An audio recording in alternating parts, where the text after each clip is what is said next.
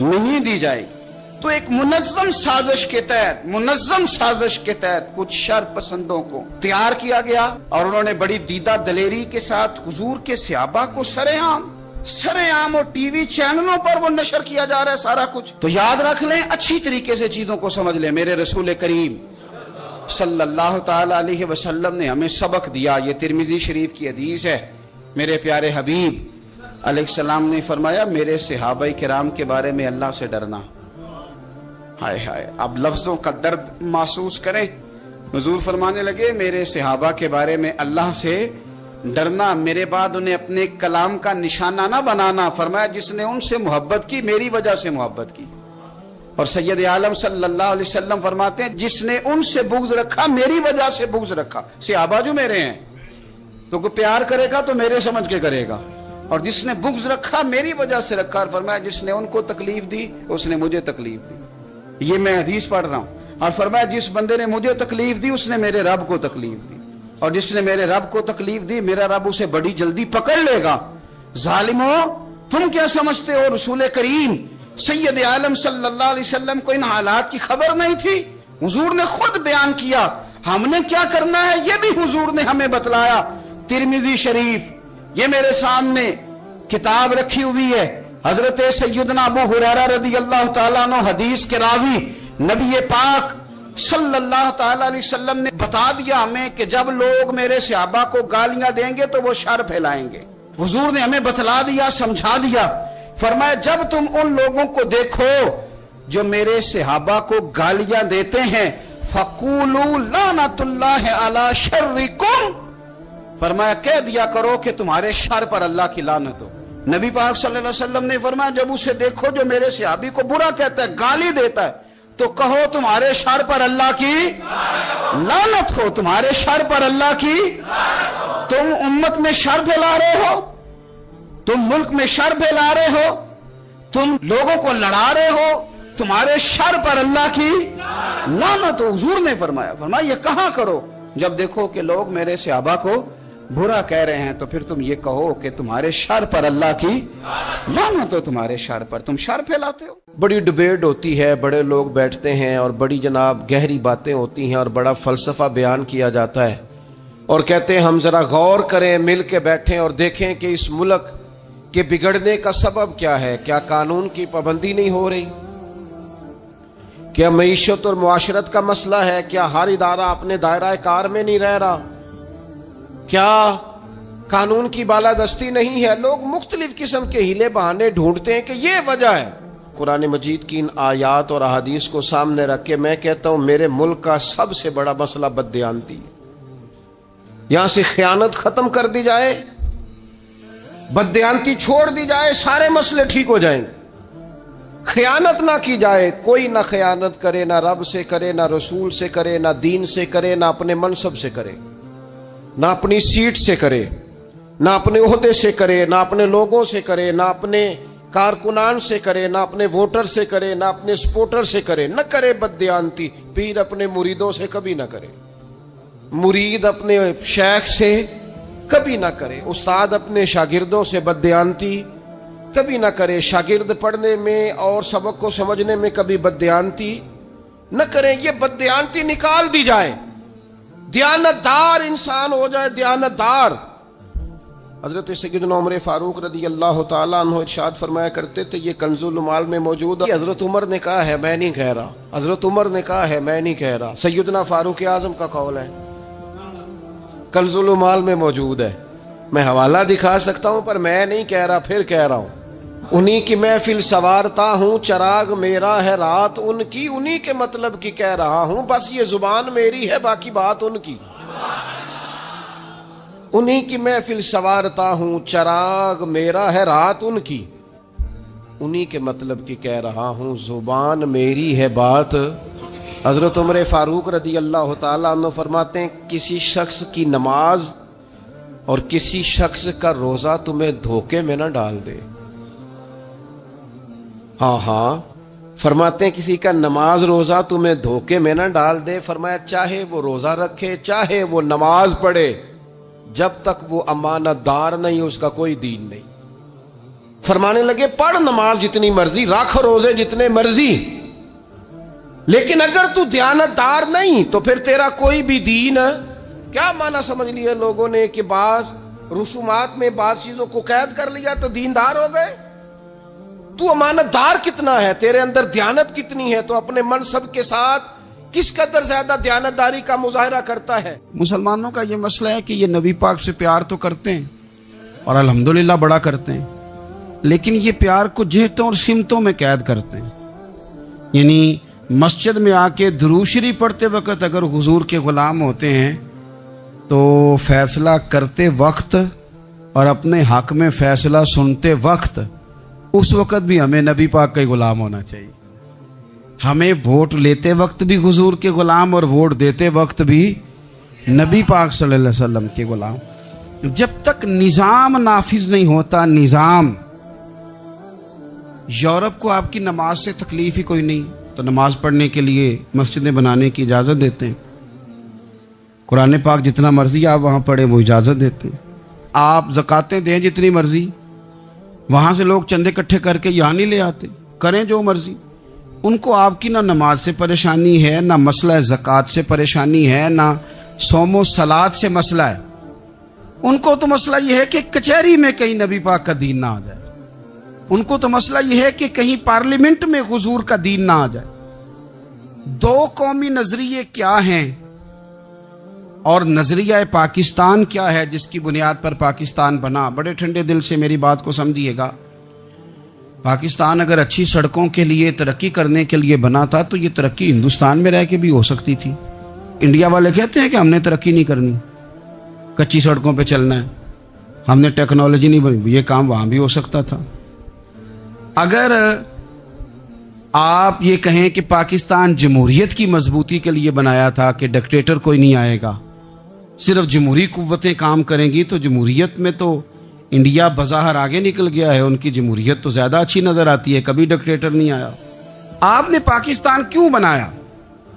اگر آپ نے یہی کام کرنے تھے، فحاشی اور یانی اور جو مرضی جس کے من میں آئے کرے، اور کوئی فرق نہ ہو یہاں کے اور وہاں کے کلچر میں، رشوت خوری، بھتہ خوری اور ناجائز فروشی، سارے کام اگر ہونے تھے تو یہ کام وہاں بھی ہوتے ہیں. پاکستان کیوں بنا؟ کیوں اتنی ساری 40,000 لوگوں نے اپنی جانوں کی قربانیاں دیں؟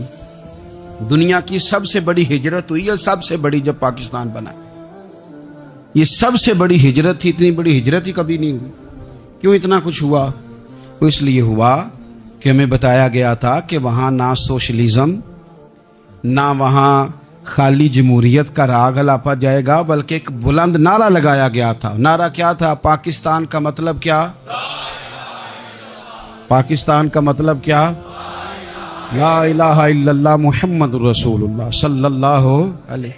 یہ عنوان بنایا گیا. غریب آدمی کو بتایا گیا کہ جب پاکستان بنے گا تو وہاں حضور کا نظام نافذ ہوگا، جاگیردار کی اور غریب کی تفریق ختم ہوگی.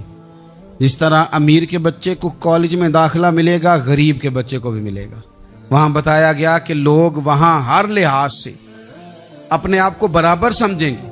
وہاں وہی بات ہوگی جو جناب صدیق اکبر کرتے تھے، وہاں وہی جملے دہرائے جائیں گے جو حضرت عمر فرماتے تھے. وہاں اسی طرح غریب پر سخاوت کی جائے گی، اسے دیا جائے گا جس طرح حضرت عثمان غنی کرتے تھے. وہاں اسی طرح فقر کا دور دورہ ہوگا، سادگی کا حسن ہوگا، اپنائیت کا نور ہوگا جو مولا علی شیر خدا نے عطا فرمایا تھا. اس سوچ کی بنیاد پر پاکستان بنایا گیا، اس سوچ کی بنیاد پر، اور اسی سوچ کو آگے لے کر کے جایا گیا. کوئی سیاسی پارٹی اب یہ بات نہیں کرتی. دو قومی نظریے کا معنی یہ تھا کہ ہندو الگ قوم ہے، مسلمان ایک الگ قوم ہے، ان کا رہنا سہنا، اٹھنا بیٹھنا، کھانا پینا الگ ہے. ہمارا اٹھنا بیٹھنا، کھانا پینا، سارے معاملات الگ ہیں، تہذیب و تمدن الگ ہے. لہذا ہمیں الگ سے خطہ چاہیے جہاں ہم اسلامی نظریات کے مطابق آزاد ہو کے اپنا وقت گزار سکیں. اس دو قومی نظریے کی بنیاد پر، دو قومی پہلے تو علامہ اقبال اس کے قائل نہیں تھے.